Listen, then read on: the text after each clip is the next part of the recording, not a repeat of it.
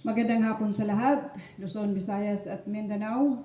Welcome to our program Bulwark of Bathala, the ministry of unconditional love, the bearer of the two greatest commandments of Jesus Christ, to love God with all our heart, might, mind, and soul, and to love our neighbors as we love ourselves.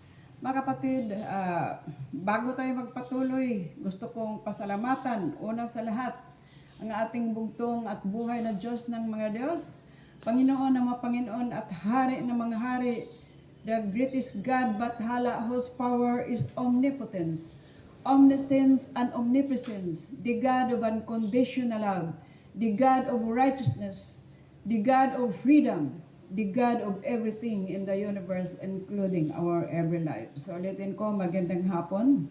At alam natin na itong bulwark of Bathala, sa sinabi ko na sa unahan, the bearer of the two greatest commandments of Jesus Christ. Bakit dyan tayo nakatutok? Bakit dyan tayo nakatuon sa tinatawag na two greatest commandments of Jesus Christ? Dahil ito po yung pinaka-importante na inutos ng Panginoon Kristo sa atin upang ating sundin ang kanyang kautusan. Dahil ang pag-ibig at ang pag-ibig lamang, mga kapatid, ang siyang solusyon sa lahat ng problema na dumating sa ating bansa, dumating sa ating mundo, at dumating sa ating buhay. Ang kulang po sa atin ay pag-ibig. Kasi may kasabihan na ang pag-ibig ang siyang pinakamakapangyarihang sandata sa buong sanlibutan. So, kailangan matutunan natin, no, ang pag-ibig at pagmamahal, dahil may kasabihan na ang pag-ibig, according to Colossians 3:14, love is the bond to perfection. So kung hindi talaga tayo matutong magmahal, hindi tayo matutong kung ang pag-ibig ay hindi natin makamtan sa buhay natin, hindi talaga natin makamtan ang sinabi ng Panginoon Kristo na be perfect as your Father in heaven is perfect. Matthew 5:48. So, maraming nagtatanong, mga kapatid, kung bakit bagos kanilang pandinig, no? Itong tinatawag na bulwark o Bathala, wala kasi ito noon.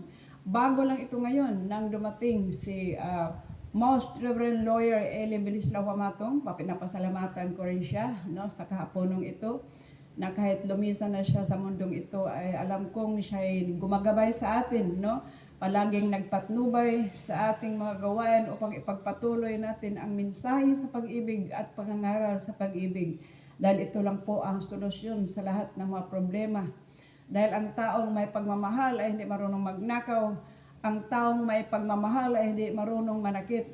Ang taong magmahal ay hindi marunong tumingin sa kanyang kapwa na kanyang sasaktan, o hindi marunong magtingin sa lahat ng mga naghihirap, kundi magbigay ng solusyon upang paano matulungan dahil meron siyang pag-ibig. So, ang bulwark o Bathala, mga kapatid, kung ating titingnan kung ano ang kahulugan sa bulwark o Bathala, ang bulwark o Bathala ay, ang meaning nito ay tinatawag na champion, no? Champion, defender. Bakit champion, mga kapatid? Dahil ang bulwark o Bathala ay nagdala sa champion na doktrina. Unsa man yung champion na doktrina, mga kapatid? Champion sa pagmamahal, champion sa pagpangunawa, champion sa mapagbigay lahat. Lahat nandiyan na ang katangian sa sukdulang kabutihan sa banal na pag-ibig kapag ikaw ay natuto ng magmahal. So, di ba?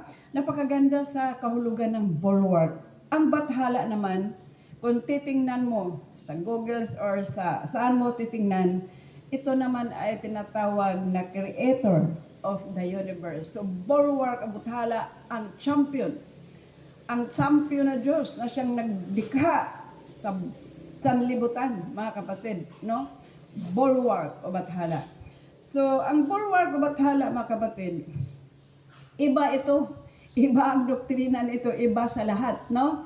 Ang bulwark o Bathala, doctrinal foundation, consists of 3 Bibles. Merong 3 Bibles na isinulat ang ating Most Reverend Lawyer Eli Bilislao Pamatong. Isa lang dito ang na-publish na, yung tinatawag na Third Testament. Ngunit itong tinatawag na yung tinatawag na Bulwark o Bathala Bible, isang kopya lang pa to. Kailangan mo pa itong ipaprint. At saka yung tinatawag na the Proverb and the Prophet and the Untold Stories of the New Testament. At iba pa, maraming mga aklat na isinulat si Sir about God, no? Na ang mga libro na yun ay magbibigay sa atin ng mga turot aral kung ano ang mga mabuting gawin natin para sa kapwa, hindi lang sa kapwa, sa kalikasan, kung paano natin mahalin ang ating Mother Nature, no? Na siyang, alam naman natin, Mother Nature is God and God is Mother Nature. Ngunit anong nangyari sa kapanahonan natin ngayon? Sinira natin ng ating Mother Nature. So, yun po. Ito po yung mga aklat na siyang maging kapwang natin, maging gabay natin, no? Maging gabay natin upang ating maipagpatuloy ang ating journey towards immortality and perfection. So, may nagtatanong, itong Bulwark o Bathala, ano bang duty nito? Ha? Bulwark o Bathala's duty, mga kapatid, is to uproot all death-oriented jungles of death and replace them a tree of life. Ang Bulwark o Bathala ay, ang mission nito, mga kapatid, is to uproot all negative belief. Oh? Dahil naniwala tayo na tayo ay mamamatay talaga, no? Yun talaga ang ating patutunguhan.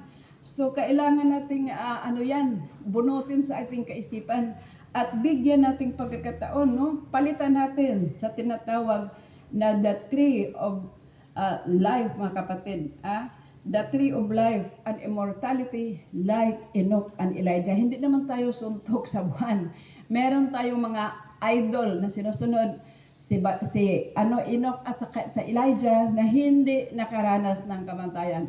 Kung bakit hindi sila nakaranas ng kamatayan, mga kapatid, yan po ang ating pag-uusapan sa next video natin, no? Yan pag-uusapan natin sa next video natin. Kasi ang Bulwark o Bathala mission, mga kapatid, ang atong mission is to destroy 500 years of old Christianity wrong doctrine, in the Philippines. 500 years sa Pilipinas, but for almost 2,000 years to the whole world community believing in wrong doctrine and belief. So mga kapatid, dahil ating limitihan, no, ang ating oras, sa susunod natin na video, tatalakayin natin, mga kapatid.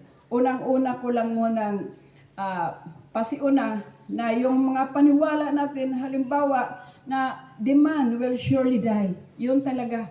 Hindi na nakalimutan natin na merong dalawang santos, no? Merong Enoch, merong Elijah na hindi talaga nakatikim ng kamatayan. At yun po ang ating ina-idol, no? Yung taong hindi namamatay, na hindi nakaranas ng kamatayan, na pumunta sa langit. Yun po ang yapak na sinusunod sa tinatawag na Bulwark o Bathala. So mga kapatid, marami tayong pag-usapan. Kaya palagi niyong subaybayan, nakabalik na tayo sa ating social media live, no? Nakabalik na tayo sa ating pasalamatan nga sa bawat oras na ganito sa bandang hapon, tayo po ay magbibigay ng mga turot aral at konting mensahe, konti lang. Bakit hindi natin taasan? Kasi hindi naman talaga ma-memorize din sa mga makikinig, no? Mabuti yang pa konti-konti, ngunit maipasok sa kanilang puso at isipan. Magandang hapon, mga kapatid, at tayo magpapasalamat sa ating taging tagapag-ingat at tagapagtanggol, ang ating bugtong at buhay na Diyos ng mga Diyos na Panginoong Bathala.